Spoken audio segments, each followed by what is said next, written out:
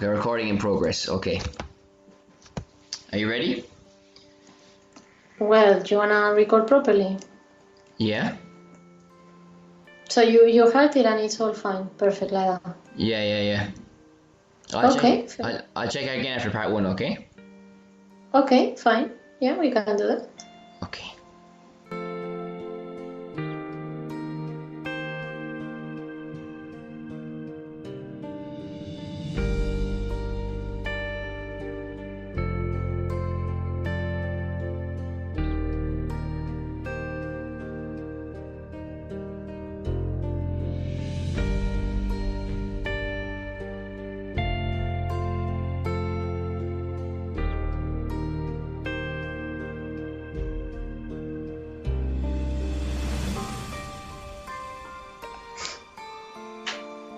Welcome to another edition of the Alapra podcast.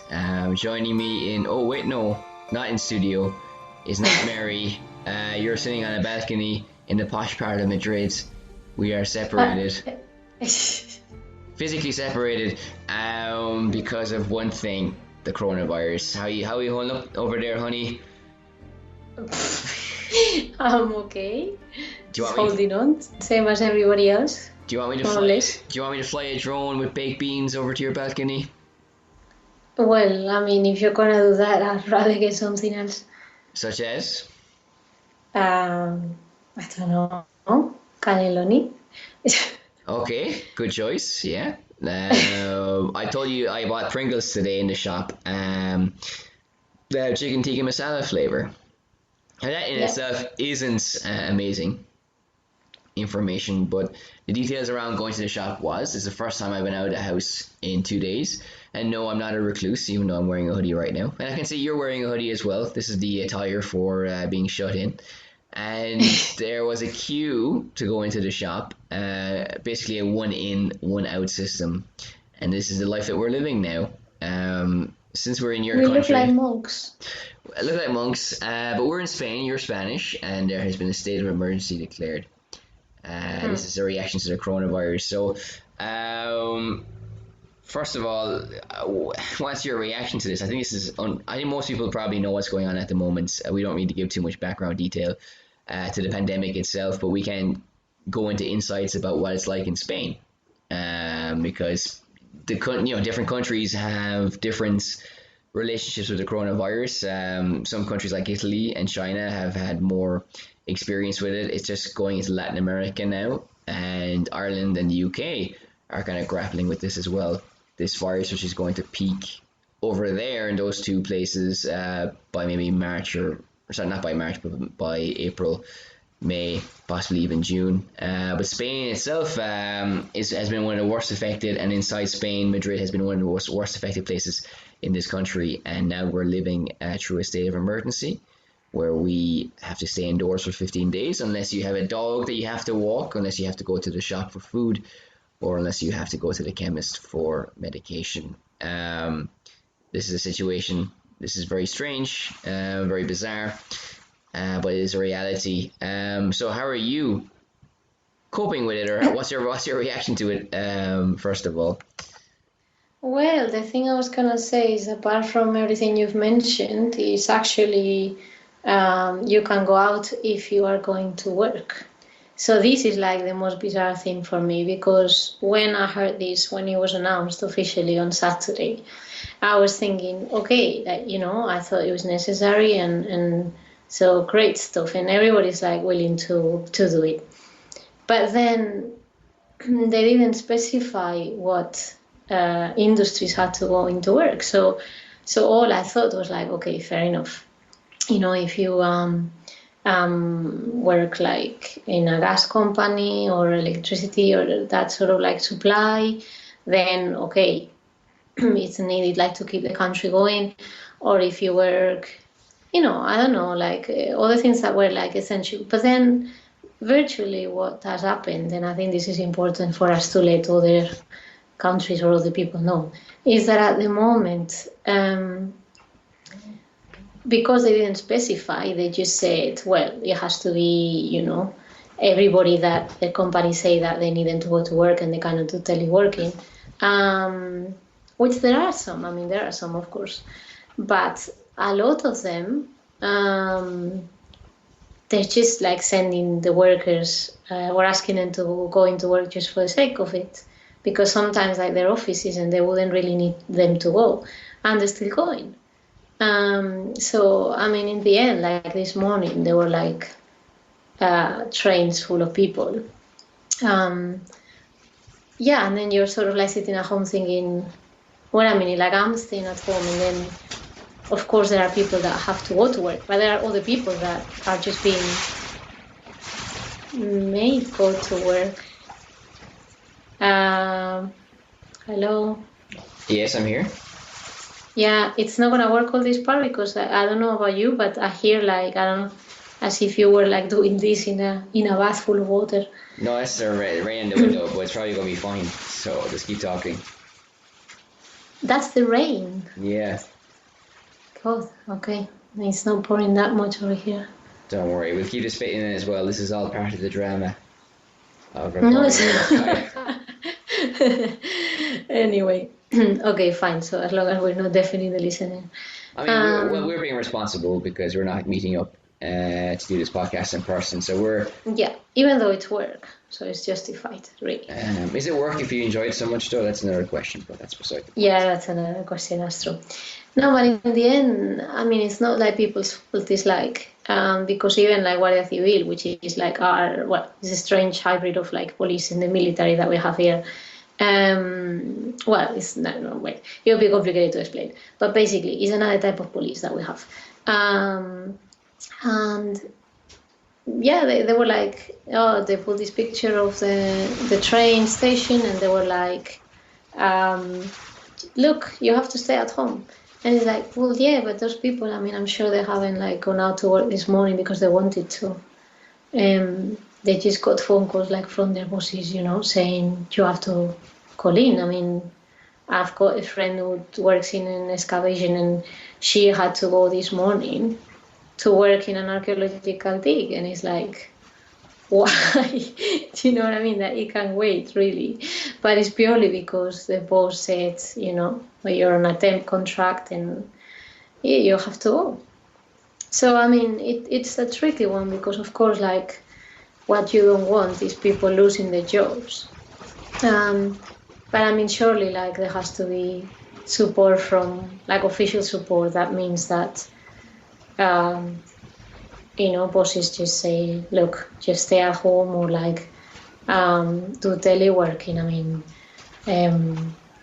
there are some industries that cannot do it, but there are plenty of industries that can do it, and at the moment are not doing it. So this is the situation.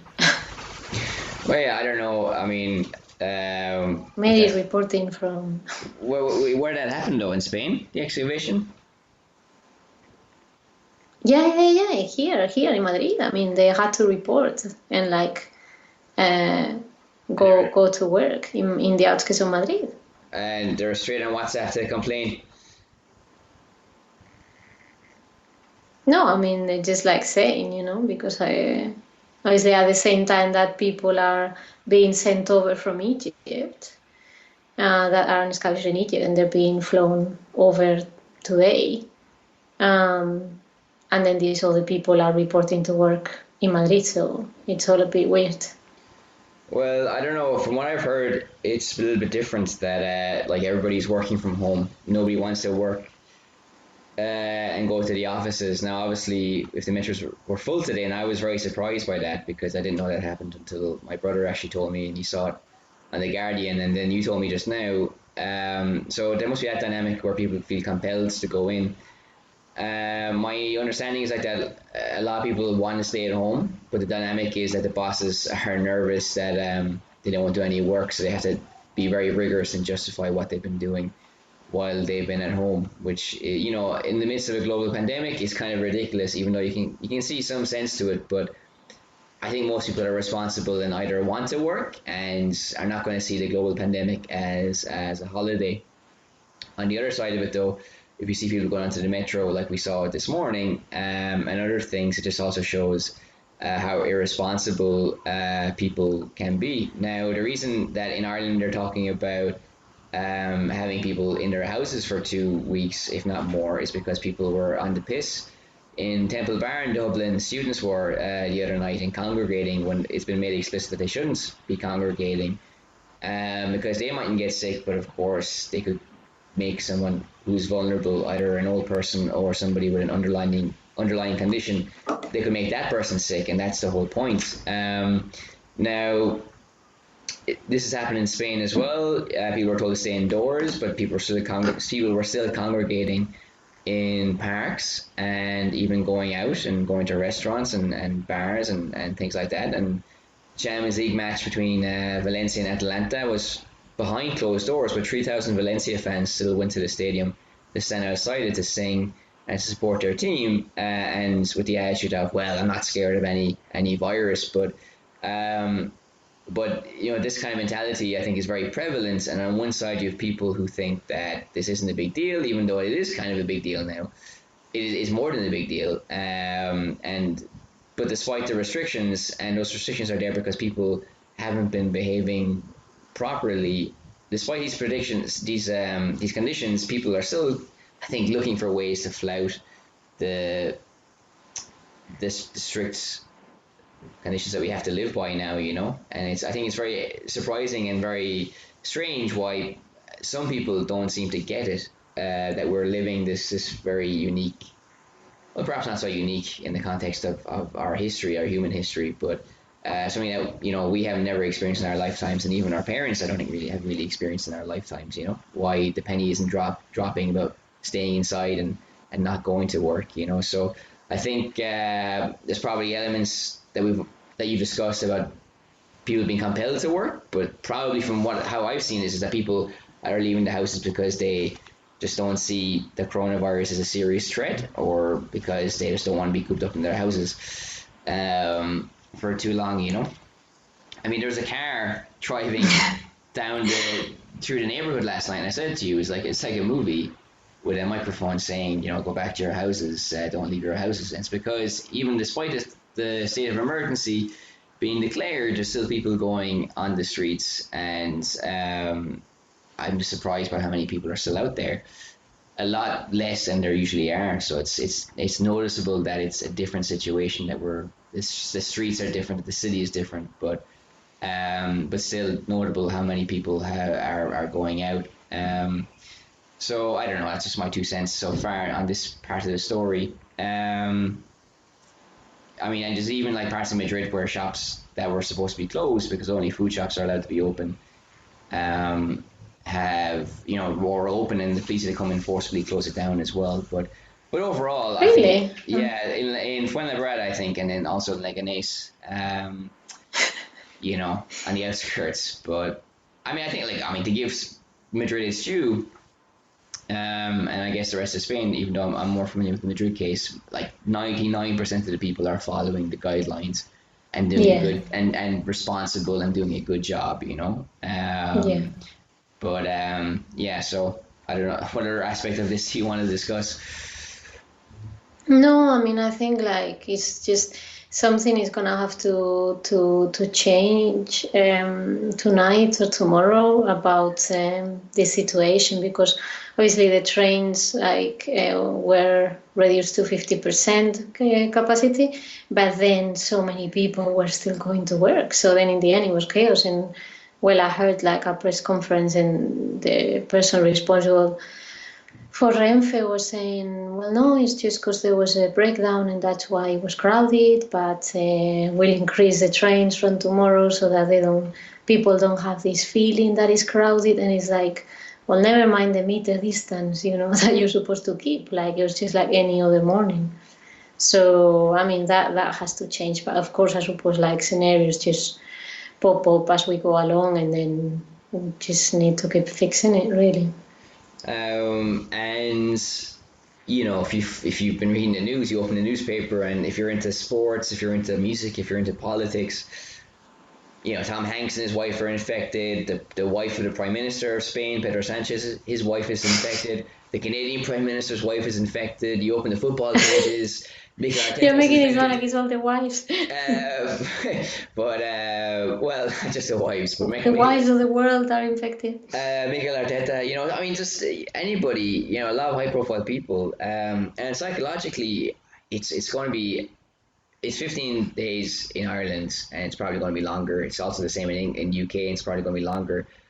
Things like restaurants being closed, perhaps, or the football being off the screens or off the pitches, even as well. In Spain, I hope it is 15 days. The weather is better here, so that could probably kill the virus a lot sooner than in other parts of the world, or in Europe at least. But it just John Oliver said it in his video today very well. This is going to be a very tough time. It's going to be a very lonely time.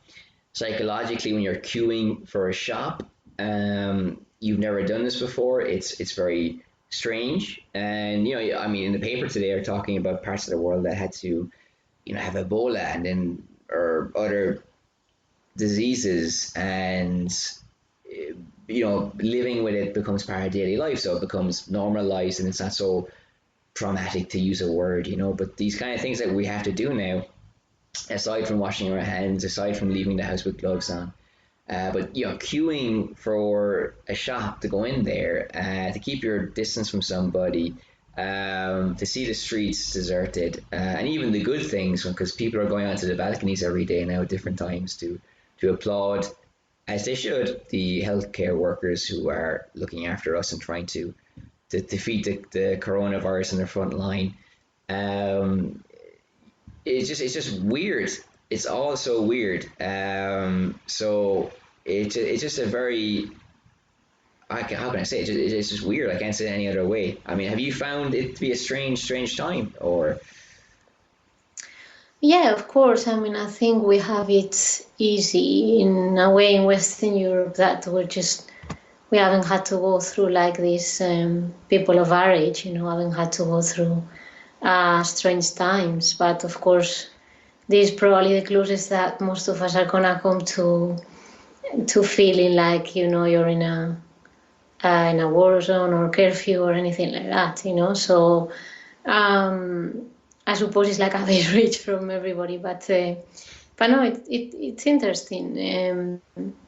But I don't know, I suppose in a way it's important. I think like the most important thing for me that I keep thinking about is like all the people that are on their own, but like literally like people that are already normally quite lonely, So I think that's the most important thing, like to keep an eye on everybody who, especially elderly people that live on their own, and even my mom, like I was laughing at her this morning because she rang me again, like she's ringing me 2-3 times a day, every day. And then she just saying, well, so far, like, we're doing well because like everybody keeps sending jokes and that's just like making it, like you all send stupid things and that makes us laugh. So that makes it easy like to keep going and stuff. So well, I think it's just important to keep communicating. Do you think as well, because we're living this, that we can, the Brits might talk about the Blitz spirit, but now we know what that's like exactly. So we have the The Blitz. The Blitz, yeah, the Blitz spirit, the stiff upper lip. But now we're living it, so we can tell this story to our grandkids. This is yeah, I mean, I think it's a bit of a drama like that, but obviously you're exaggerating, I know. But yeah, I mean, it's just made so much easier by the fact that you can communicate with everybody. I mean, imagine like this, but not being able to do what we're doing right now, or or to speak to, or for it to be very difficult to speak to any of your family and all that, like that. That would be like the real difficulty, You'd be worried about them, and WhatsApp and Skype brings these people closer, of course. I mean, what's fascinating is like that you see a lot of people responding to this very creatively. You mentioned the memes and the videos and things like that, but you have like people streaming concerts, doing things online that normally we associate with offline activity. So maybe people doing public readings, or well, not public readings, but doing readings, performances, and things like that. Now, obviously, I think that shows the capacity of the internet to bring people together. You mentioned we can't do our tour on the street, obviously, so but you can do virtual tours on Google, which I never knew you could do, but it's fascinating that you can. I mean, how does that work? Very quickly, a virtual Google tour. Oh, from Google Earth. Well, just basically you keep on going to specific points and adding them as a path that you can walk along, and then you can add some photographs as well. So yeah, I'm just currently investigating that. It's fascinating, but I think as well, people are saying that maybe our way of life is going to change fundamentally, and in one sense probably not, because it's not the first time we've had a global pandemic, and when you're living it, it seems very dramatic, but then once you're on the other side of it, it's probably something that you just take for granted and go back to your normal habits. But um, people do travel a lot, maybe unnecessarily for business, and you wonder how productive it is. And the networks of our life, of our society, are very interdependent and have weak points as well. I don't know. Do you project, or do you see, or do you think that once this is all said and done, things are going to change fundamentally how we do life, basically? I don't think so, because I think we're really good at just forgetting things very quickly. So the only thing that I hope like comes out of it is the potential of um, teleworking in some cases, and also like flexible, especially like flexi time, like for example, we don't have in Spain, or very few companies have it, and yeah, I just hope like it becomes something more positive for the workers, for the workforce in general. But well, I have my doubts. Hopefully, I'm wrong, and and it does help improve this. But certainly, when it comes to contents and online contents, and making things accessible for everybody, hopefully we learn a lesson from it. I think what's interesting as well, you have some curiosities in Ireland. We're actually in a pretty good position when it comes to food because of Brexit.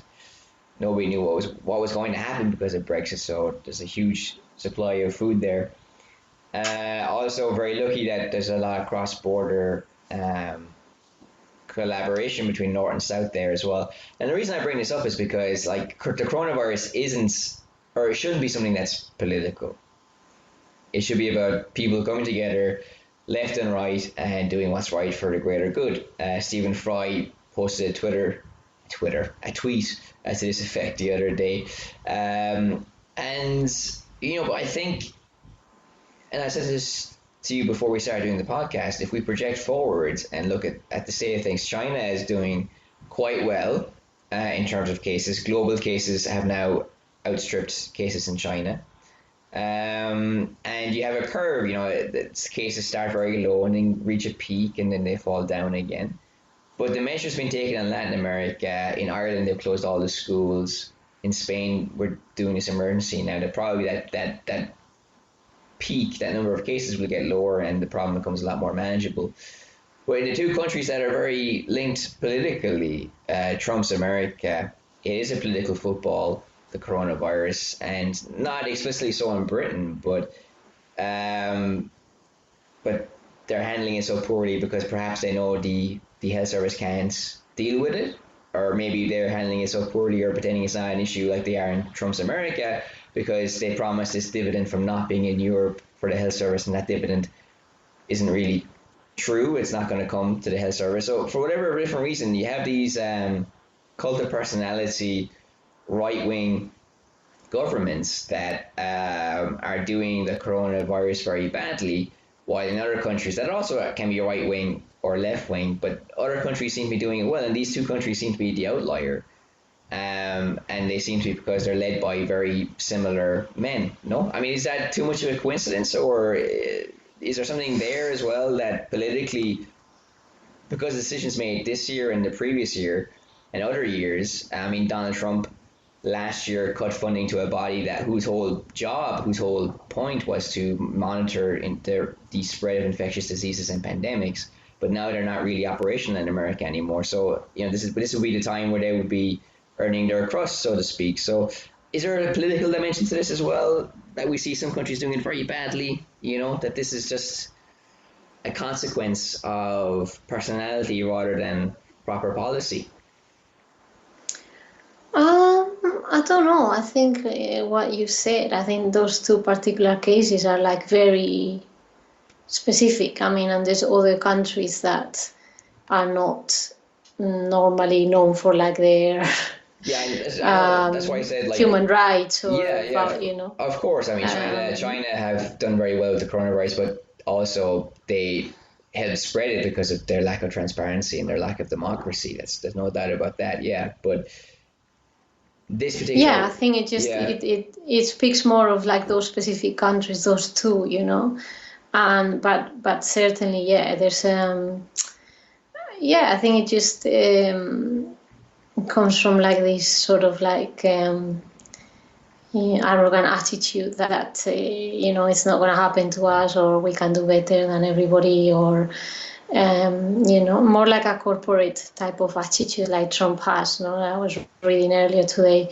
that he was that he had attempted to get exclusivity for the vaccine and stuff for the United States from a German company. Yeah.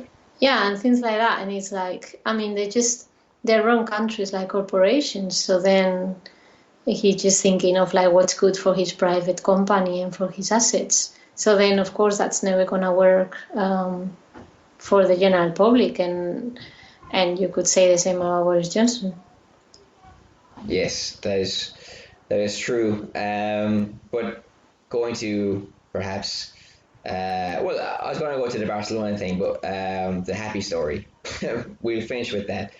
But for example, we spoke on the podcast a while ago, and there's a blog article on the blog website, the blog, about Nigerian words in English and the next tomorrow and this kind of concept that we take things for granted, that the machinery of life trundles on, and we just expect it to happen the next day and the next day. But I think now we really appreciate the vulnerability of how these things are constructed and how easily they can fall apart, and the idea of getting to tomorrow and then the next tomorrow, I think really encapsulates what we're living at the moment as well. It's just that we shouldn't take these things so easily for granted, do you get that impression as well?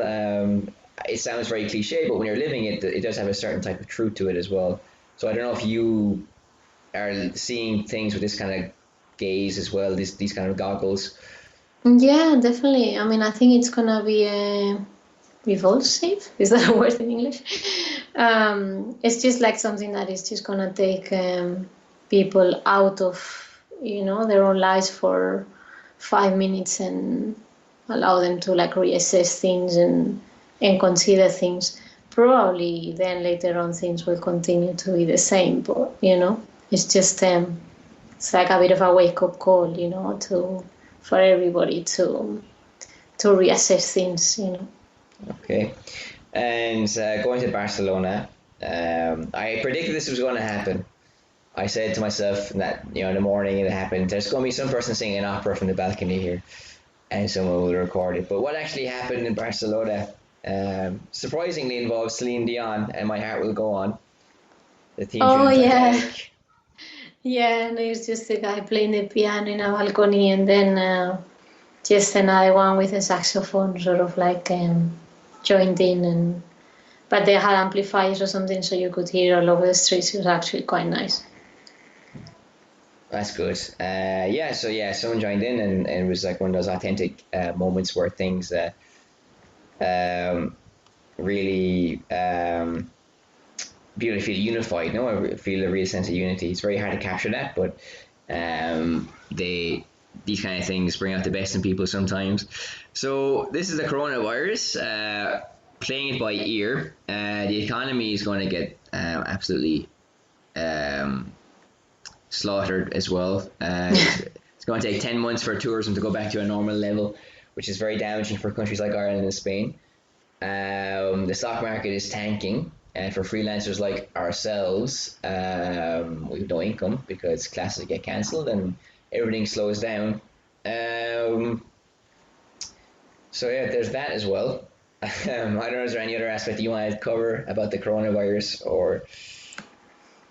No, I think we've covered it for now. Like, now we just have to make sure that this is actually being recorded with the program we've downloaded. Exactly. It's funny though, before we finish, I was talking to you before as well about the 1919 Spanish flu, and so called because Spain was a neutral country, had a free press, and they were the first to refer to it, and then they got stuck with the moniker Spanish flu. But then, because we did a podcast on Thursday with Café de la Lluvia, where we were interviewed in Spanish about our book Fake News, Bulos que cambiaron el curso de la historia. It's a good read if you have nothing to do at home.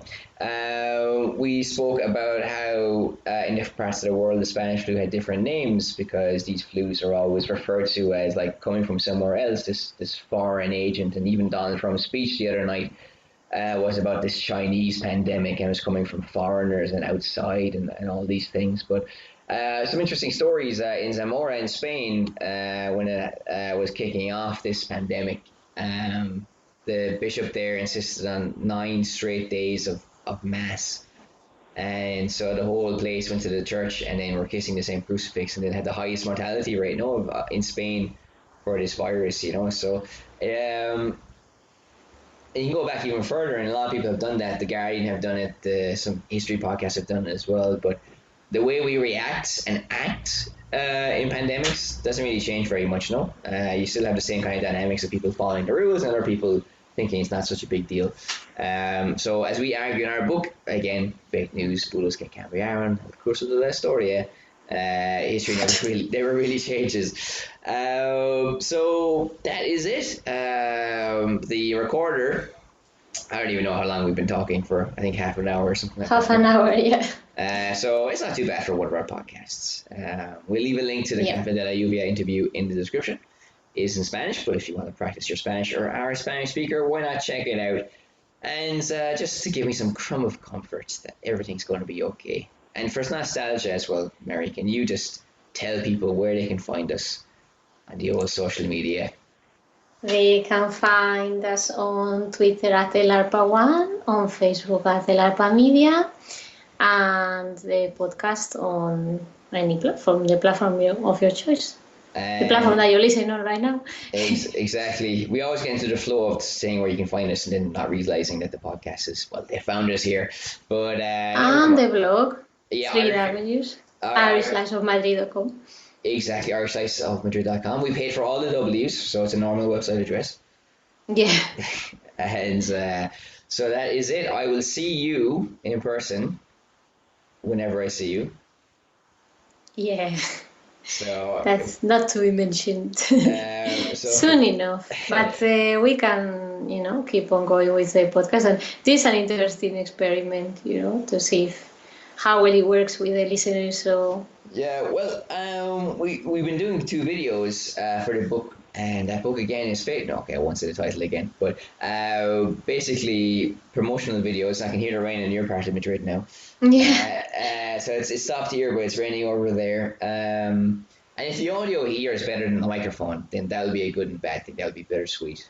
That we pay so much for a good microphone. There'll be so much rain. It'll be like half an hour of rain. No, I'm saying if the audio as a podcast. No, if this audio from the app is better than what we normally do, then there'll be murder. That this free app is better, bro.